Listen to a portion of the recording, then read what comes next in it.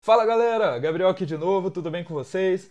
Um bom dia, uma boa tarde, uma boa noite. Bom, vamos continuar então aqui nossa aula de lógica de programação. Agora a gente vai falar de estrutura de decisão e repetição.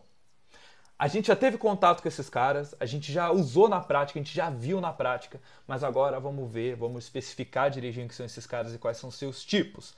E importante decorar porque importante não decorar, gente, entender. É isso, não é decorar, é entender, cara. Importante entender porque isso daqui vai ser presente em todas as linguagens de programação que a gente for mexer e vai ser central, importante, tá? Então vamos lá. O que são essas estruturas de decisão e repetição? Vamos lá. Então, o que a gente chama de comandos de decisão ou de desvio são parte das técnicas de programação que conduzem estruturas de programa que não são totalmente sequenciais. Uma coisa é que a gente tem que entender que assim, não é todo programa que vai ser só executar uma série de tarefas reta ali, então. Geralmente a gente tem alguma condição, alguma coisa que a gente tem que tomar que, se for assim, você vai fazer desse jeito. Se for assado, você vai fazer do outro jeito. Ou se for assim, você faz assim.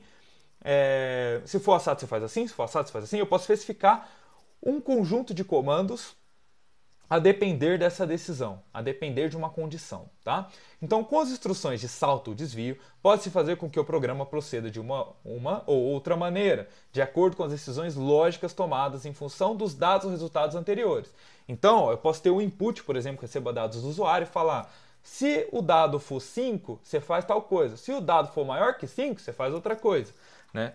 Eu posso moldar ali o comportamento do programa a depender de resultados, de sequências ou inputs que foram acontecendo, tá? Ou resultados de cálculo, enfim. As principais estruturas de decisão são se então, que a gente já viu, se então, se não, que a gente já viu também, e caso selecione, que a gente não viu, mas é bem parecido, tá? Vamos dar uma olhada nesses tipos aqui, que são muito importantes e meio que onipresentes em todas as linguagens de programação. Beleza? Então vamos lá. Aqui começando com o se então, acho que eu vou ficar para cá aqui estrategicamente. Beleza. O se então é aquilo que a gente já viu, né? Então, vou ler o textinho aqui que eu acho que está bem claro, né? A estrutura de decisão se, o if, né? A gente vai ver bastante if em linguagem de programação, normalmente vem acompanhado de um comando, que é aquilo que eu falei. Ele vai ter uma condição.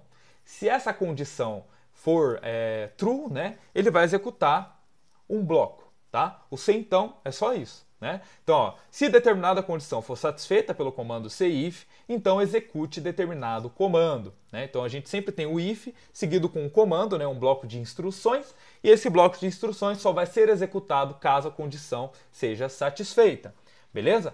Imagina um algoritmo que determinado aluno somente estará aprovado se sua média for maior ou igual a 5, o famoso 5 bola. Né? Veja no exemplo do algoritmo como ficaria. Então, se a média for maior ou igual a 5, então aluno aprovado. Tá? Então, qual é a minha condição aqui? Média maior ou igual a 5. Se essa condição for verdade, né, for true, então ele vai executar um bloco de comandos que vai ser aprovar esse aluno. Tá? Isso pode ser feito de N formas. Tá? Eu posso adicionar o nome dele numa lista de aprovados, enfim. Né? Aí vai ser esse aluno aprovado. Imagina que seja um bloco de instruções que nos faça entender que esse aluno foi aprovado. Acho que colocar numa lista de alunos aprovados é legal, né? Então, e coloca esse aluno numa lista de alunos aprovados, tá bom? Aqui do lado eu coloquei em um esquema, né, que a gente já viu ali no fluxograma, né? Lembra que no fluxograma tudo que é um losango assim é decisão, tá? E é isso que a gente está falando, estrutura de decisão. Então, qual que é a decisão ali? Ela tem uma condição que a média seja maior ou igual a 5. Se sim, aluno aprovado. Ele vai executar esse quadrado, né, que é o que deve ser executado, né, o bloco de execução de código, né, essa instrução, né, que vai colocar o aluno, por exemplo, na lista de alunos aprovados, que vai fazer a gente interpretar que ele foi aprovado, né? E se não, ele só segue o jogo. Tá? É diferente do que a gente viu lá atrás, que tem o senão, né? O senão ele tem uma outra condição caso seja não. No se então apenas, né? Se eu tenho só if else, né? O se então, não, if else não. Se eu tenho só if, ele só vai ver. Condição é verdade? Sim, executa o bloco. Não é verdade? Não. Deixa passar, continua o bloco de código para a próxima instrução, tá bom? A gente vai ver agora o se então, se não, e essa é a diferença, tá? Enquanto o se então, se a condição é verdadeira, eu executo o bloco, e se for falso, ele só segue o baile para a próxima para a próxima função que apareceu, para a próxima instrução que tiver, o se então, se não, ele vai ter uma condição caso seja negativo. Ele vai fazer um outro bloco de código caso seja negativo. Vai ter também um quadradinho desse para o não, como a gente vai ver agora. Opa, agora. Aí, ó, vamos olhar aqui primeiro então aqui no nosso fluxograma. Repara que, diferentemente do se então, o se então, se não, eu tenho dois, né? Eu tenho um para o sim, ele vai fazer um quadrado que vai colocar esse aluno na lista de alunos aprovados, e eu tenho um não, que vai colocar ele na lista de alunos reprovados, tá? Então ele faz uma ação igualmente. Ele faz uma ação caso o resultado seja sim, e faz uma ação diferente caso o resultado seja não. Se eu quiser colocar a mesma ação para os dois, pode, mas eu não vejo porquê. É idiota, mas dá para fazer, tá? Mas o importante entender é, enquanto o if apenas, né, o se então apenas, o se então apenas ele vai só fazer caso seja verdade aquela condição, uma ação. Caso não seja verdade, né, ele vai só passar para frente. Enquanto aqui, caso não seja verdade, ele também vai executar uma ação e você pode programá-la, tá? Então, ó, o se então, se não, funciona exatamente como a estrutura C, com apenas uma diferença. Em C, podemos executar comandos caso a condição seja verdadeira. Diferente do se não, pois sempre um comando será executado independente da condição. Ou seja, caso a condição seja verdadeira, o comando da condição será executado. Caso contrário, o comando da execução falsa será executado. Tá? Então a gente tem aqui em Portugal, né? Ó, se média maior ou igual a 5, então aluno aprovado. Vamos pensar aqui que tem uma lista de alunos e eu adiciono aluno na lista de alunos aprovados. Se não, aluno reprovado. Eu tenho uma lista de alunos reprovados e adiciono o nome desse aluno na lista de alunos reprovados. Beleza? Deu para entender? Bem tranquilo, né? Então vamos lá. Próxima estrutura. Aí é o caso selecione. Esse a gente não tinha visto ainda, tá? Mas ele é bem interessante, tá? Em muitas linguagens ele vai aparecer como switch case, tá? Ou só case, tá? A gente chama de switch normalmente, tá? Que a gente coloca... É como se fosse um switch mesmo. Ah, entrou tal número, vai para tal. Entrou tal número, vai para tal. Ou entrou tal informação, ou escolheu tal opção, vai para tal. Ele já vai direto, tá? Ele é como se fosse um if, só que ele não vai passando de linha em linha. Ele vai direto na linha que a condição dele se satisfaz, tá? E ele geralmente você tem que esgotar todas as opções, tá? Por isso que ele tem ali no fim, ó, o case else. Se você olhar aqui no código, bem aqui embaixo ali, né? Eu tenho lá case 1, case 2, case 3, case 4, case 5. E aí tem o case else, que é tipo, caso seja um negócio qualquer, né? Um negócio diferente disso aqui, faça uma outra opção, tá? Uma outra execução. Não pode ter um switch case ou um caso selecione sem esgotar todas as opções possíveis, não quebra, tá? Mas ele é muito útil e muito importante, assim. Em muitos casos a gente tende a usar um monte de if, né? Um monte de se ali, a gente pode usar o case, que é mais elegante, né? Você já consegue mapear todas as opções e ficar if, isso, if, aquilo, vários ifs, tá? If geralmente é bom usar quando a gente tem até umas 3 opções. E se a gente tem mais opções para validar, né? Mais condições para validar, é legal usar o case, tá? Então vamos lá. A estrutura de decisão caso selecione, ou switch case, né? É utilizada para testar, na condição, uma única expressão que produz um resultado, então o valor de uma variável que está armazenada em determinado conteúdo. Compare-se então o resultado obtido no teste com os valores fornecidos em cada cláusula caso. Tá? Então vamos ver lá. Então ali ele tem uma variável chamada título, que recebeu uma string vazia. Né? Aí ele tem op input box digita opção. Isso aqui está em Visual Basic, eu acho. Então, ó, input box é tipo o input lá do Python, né? Ele te dá uma opção para o usuário digitar uma coisa. Aí ele vai digitar a opção, né? Então, ó, ele colocou lá select case op, né? Ou switch case op. Então, assim, você vai selecionar caso op, que é o que entrou no texto, né? O que o usuário digitou, né? Então, assim, o que ele vai fazer? A depender do que o usuário digitou, você vai ir para um desses cases, né? Então vamos supor, lá, o usuário digitou 5, ele vai direto ali no case 5. E o que ele vai executar? Ele vai atribuir a variável título, que estava vazia lá em cima, o texto opção 5. E aí, lá no final, ele já... Assim que o case executa a opção, ele já pula para o final do bloco, ele já vai no end select ali, né? E aí ele fala label 1 caption, né? Ele coloca ali a... Label é tipo etiqueta, geralmente a gente usa para falar de textos mesmo, né? Então, texto 1, né, a legenda do texto 1 vai ser título, que vai ser, no caso, a opção 5, certo? Porque eu digitei 5, tá? Então, olha que legal que o case faz, né? O case, ele valida a condição ali no começo, né? Então, ali, digite a opção. Se eu colocar 1, ele vai direto no case 1, né? Então, assim, caso seja 1, pensa que é um negócio assim. Selecione caso de acordo com esse OP, né? Opção, né? Se a opção for 1, né? Caso for 1, título tal, ele vai executar tal função. Caso for 2, vai executar tal função. E eu posso colocar qualquer coisa ali, tá? Aqui é uma forma muito simples da gente entender que a depender do que a gente digitou ali, ele vai já direto para o set de instruções, né? Para o conjunto de instruções daquele caso, tá bom? Vamos olhar agora aqui no fluxograma, olha que legal. Então, olha lá, ele tem início, né? Ele tem também a variável título, recebendo uma string vazia, né? E aí ele recebe OP, ou seja, ele lê OP, né? Que é essa opção, né? E aí ele cai na decisão. OP é 1? Se for sim, olha lá, título opção 1. Então o título vai receber o texto opção 1. E repara que depois disso ele vai diretão ali na bolinha ali, né? Que continua o nosso diagrama, né? Continua o nosso código e aí ele joga o título na tela, tá? Esse símbolo aí é um símbolo de print, né? De jogar na tela, não sei se vocês lembram, né? De imprimir, de exibir, tá?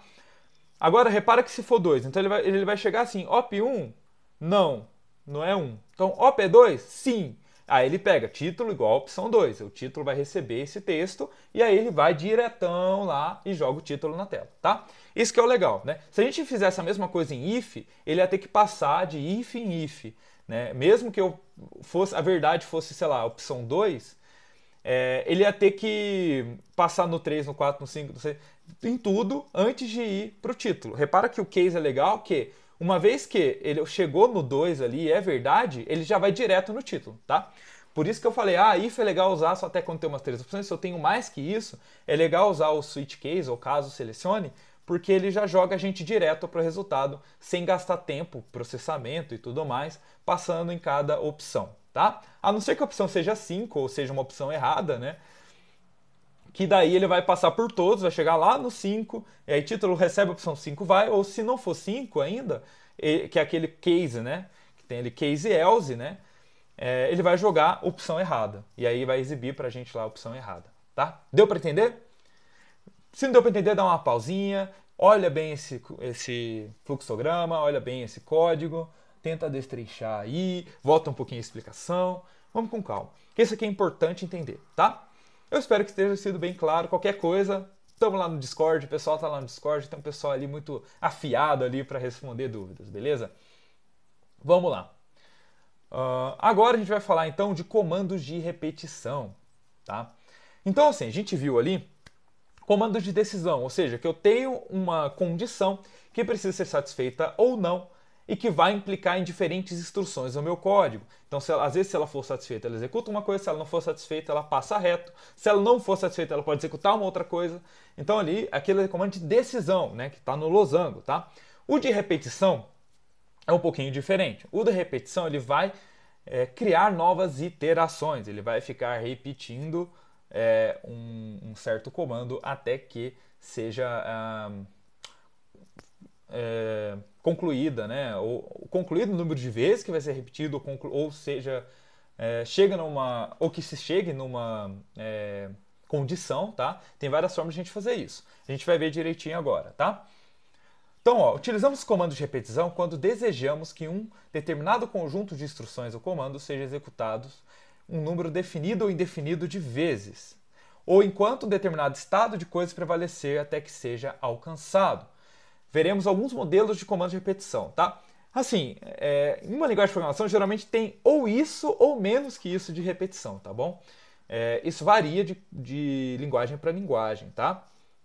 Mas vamos ver essas que assim, abarca bem o que está fazendo, o que são esses loops. A gente chama também de laços, tá? Laços de repetição, né? Que é a tradução de loop, né? Loop é como se fosse aquela corda do cowboy, né? Que fica lá rodando assim. Tá? Então vamos lá. Então, enquanto tem 3 pontinhos ali que indicam uma condição, né? Enquanto tem tal condição, repara que também tem uma decisão aí no meio, tá? Mas a diferença é que, enquanto essa decisão não for verdadeira, ele vai processar um conjunto de instruções, né? Até que ela seja verdadeira. tá? Por isso que é muito importante, ó, cuidado aqui nessa parte de repetição e loop, para não gerar loops eternos, repetições eternas, porque elas vão fritar o processador. Assim, dá pra gente quebrar, tá? Mas geralmente frita o processador. Por quê? Ele fica fazendo um comando que nunca vai terminar, né? E aí o processador fica louco, fala, pô, vai encher a memória aqui, eu nunca vou conseguir terminar isso, tá?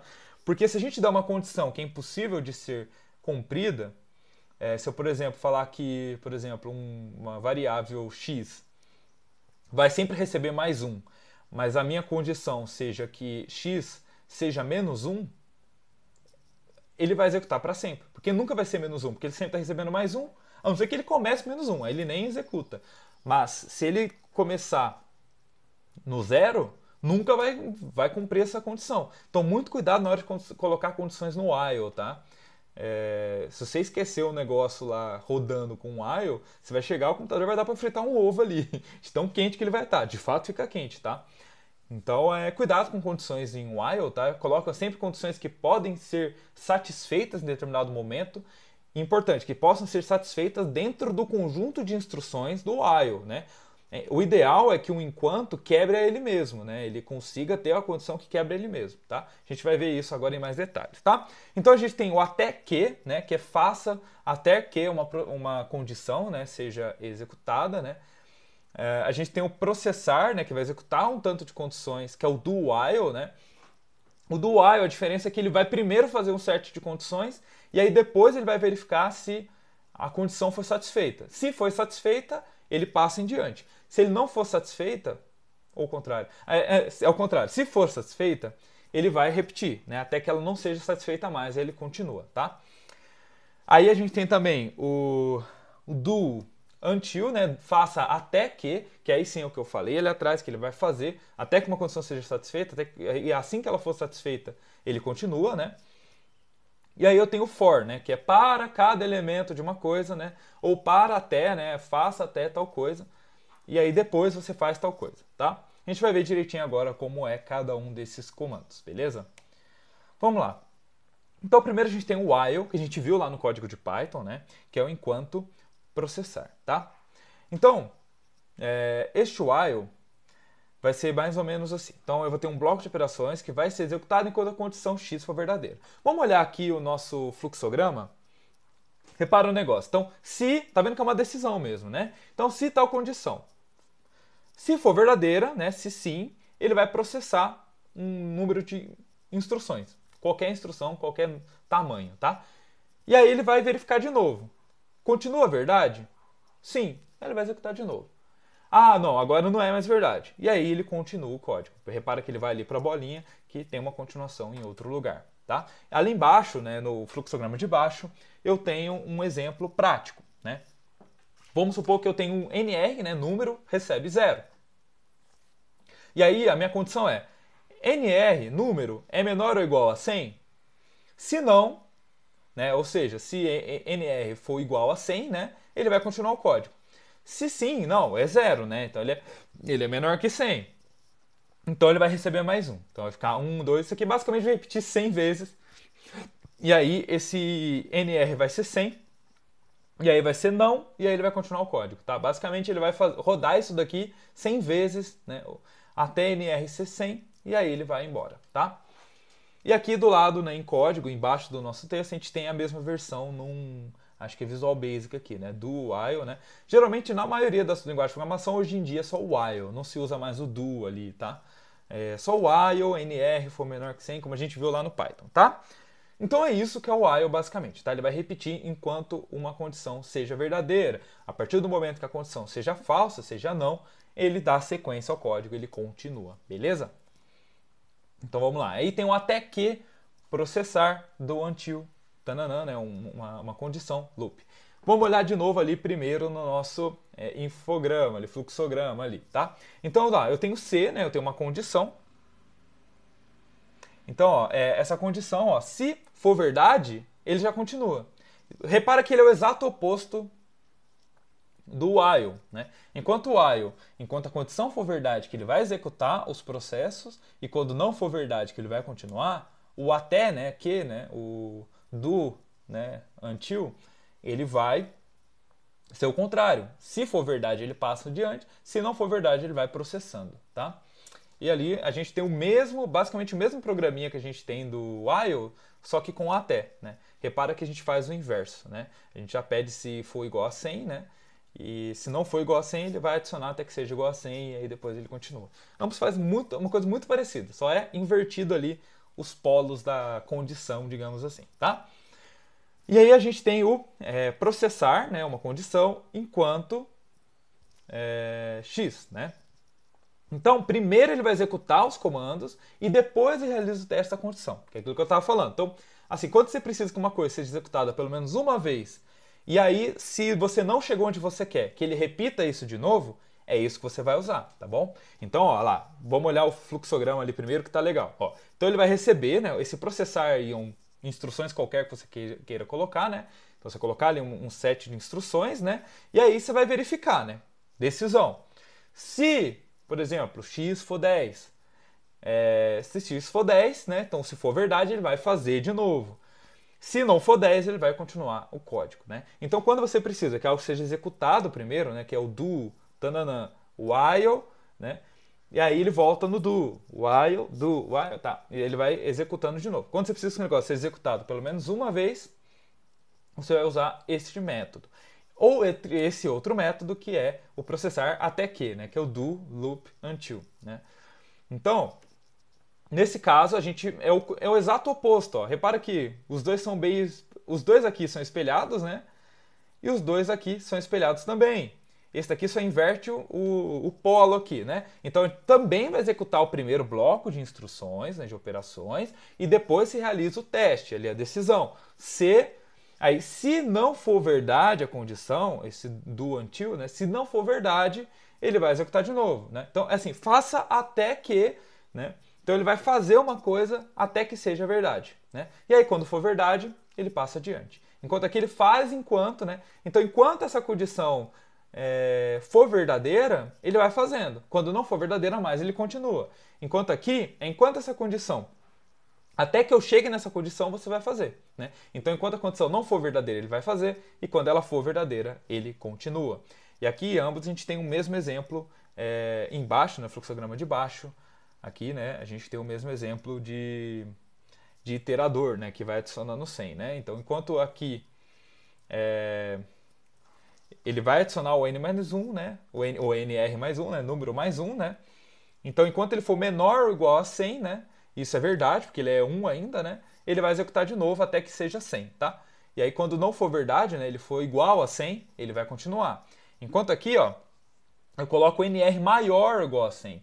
Porque eu não quero que a condição seja verdade, porque se ela for verdade, ele continua. Eu quero que seja 100, né, para ser verdade. Então, é maior ou igual a 100, né? E aí ele vai não até que o nr fica 100, tá? Observou aí essa troca? Só troca meio que o polo das coisas. Tanto que há linguagens que só tem, geralmente uma linguagem só tem um desses, né? Geralmente tem linguagem que só tem o while e o do while, né? E outras linguagens tem linguagem que tem os quatro, tem linguagem que tem um ou outro, tá? Mas geralmente vai ter um de cada, pelo menos, porque a gente consegue fazer coisas muito similares, né? A gente consegue também usar a negação, né, que a gente viu lá atrás, o not, para inverter a condição que a gente quer, né? Mas é isso, tá? Basicamente o que são esses métodos, as estruturas de repetição, tá? Eu estou mostrando todas porque cada linguagem vai ter um conjunto desses comandos, né? E é importante a gente conhecer mais ou menos o que faz cada um deles, tá? Mas o que é importante entender para mim é que você vai ter o while, né? Que vai, ou enquanto, né? Que vai ter uma condição, e enquanto essa condição não for satisfeita, ele vai repetir um conjunto de instruções, né? Então ele verifica primeiro a condição, né? Como aqui. Verifica primeiro a condição e depois faz as instruções, e quando a condição for validada, ele passa adiante, né? E também vamos ter estruturas em que primeiro faz um bloco de instrução e aí verifica. Ah, cheguei onde eu quero? Não. E aí vai lá e faz de novo, tá? O importante é entender isso. Tem esses dois tipos de estruturas lógicas, né? E a depender da condição, a depender da estrutura que a gente está usando, isso pode mudar, tá bom? Bom, então é isso que eu queria falar com vocês hoje. Espero que fiquem tudo bem aí, se hidratem direitinho, estudem bastante essa parte, A gente vai passar eventualmente alguns exercícios ali no grupo do Discord para vocês exercitarem isso. Conversem sobre. E vocês vão ficar bem craques nisso quando mexerem com linguagens mesmo no nosso módulo 3, tá bom? Mas é importante a gente já ter isso em mente, até pra gente já fazer nossos algoritmos, nossos códigos ali em Portugal na mão, tá bom? Então beleza, é isso, um grande abraço, bebam água, se alimentem direitinho e até a próxima.